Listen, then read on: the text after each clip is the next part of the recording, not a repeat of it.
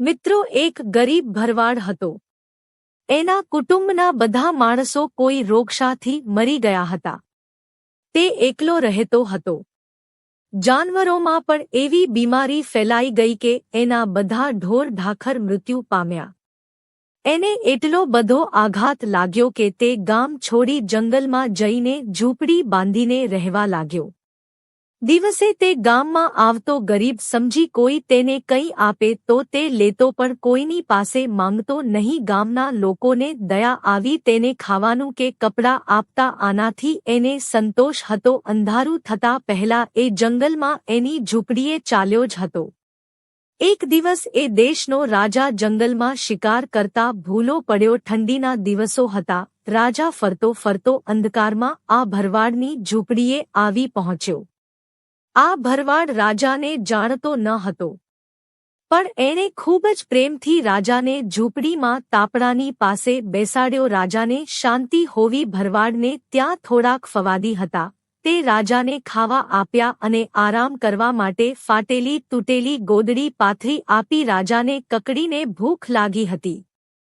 તેણે હોશે હોશે ફળ ખાધા અને પહેલી ફાટેલી તૂટેલી ગોદડી પર સૂઈ ગયો. થાકેલા પાકેલા રાજાને તરત જ ઊંઘ આવી ગઈ. પહેલો ભરવાડ દરવાજા બહાર ઠૂંઠવાતો બેસી રહ્યો. રાતે ખૂબ જ ઠંડી હતી.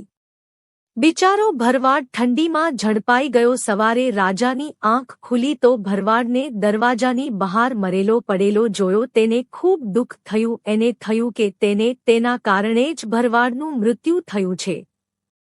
ભલે તે ભિખારી હતો પણ ઉદાર હતો. એ માનવી નહીં પણ દેવતા હતો. રાજાએ જંગલમાં જે ભરવાડના દેહને અંગની સંસ્કાર કર્યા પછી પોતાની રાજધાનીમાં પાછો ફર્યો. રાજાએ ભરવાડના નામે ખૂબ જ દાન પૂન કર્યા. બ્રાહ્મણોને જમાડીને દાન દક્ષિણા આપી. ભરવાડના મૃત્યુથી રાજાને એવો આઘાત લાગ્યો હતો કે આ દુઃખને તે ભૂલી શક્યો. તે માંદો પડ્યો અને એટલો બધો બીમાર થઈ ગયો કે હવે તે પથેરેમાંથી પણ ઉઠી શકતો નહોતો. કેટલાય વેદ આવ્યા, ઉપચાર કર્યા, પણ રાજાને કાંઈ ફેર ન પડ્યો. છેવટે જ્યોતિષીએ જણાવ્યું કે બાજુના ગામમાં એક ધર્માત્મા શેઠ રહે છે. એ ત્રિકાળ અજ્ઞાની છે. એમને રાજાની બીમારી વિશે પૂછવામાં આવે તો કાંઈ સમજાય. રાજપંડિત શેઠ પાસે ગયા અને એમને રાજા બીમારી પડ્યા એ પહેલાની બધી વાત માંડીને કહી. શઠ રાજપંડિતને જણાવ્યું કે રાજાને ભરવાડના મૃત્યુનો ભારે આઘાત લાગ્યો છે. મારા ઘરમાં એક બાળક જન્મ્યો છે. તે અત્યારે 6 માસનો છે. રાજા એ બાળકને જોઈને સાજા થઈ જશે. એ 6 માસનું બાળક રાજાની પથારી પાસે લાવવામાં આવ્યું તો તે મોટા માણસની જેમ રાજા સાથે વાત કરવા લાગ્યો. રાજન, હું એ જ ભરવાડનું બાળક છું જેની ઝૂંપડીમાં તમે રાત વિતાવી હતી. તમે મારી પાછળ જે પુણ્યદાન કર્યું તેથી મારો જન્મ આ શેઠને ત્યાં થયો છે.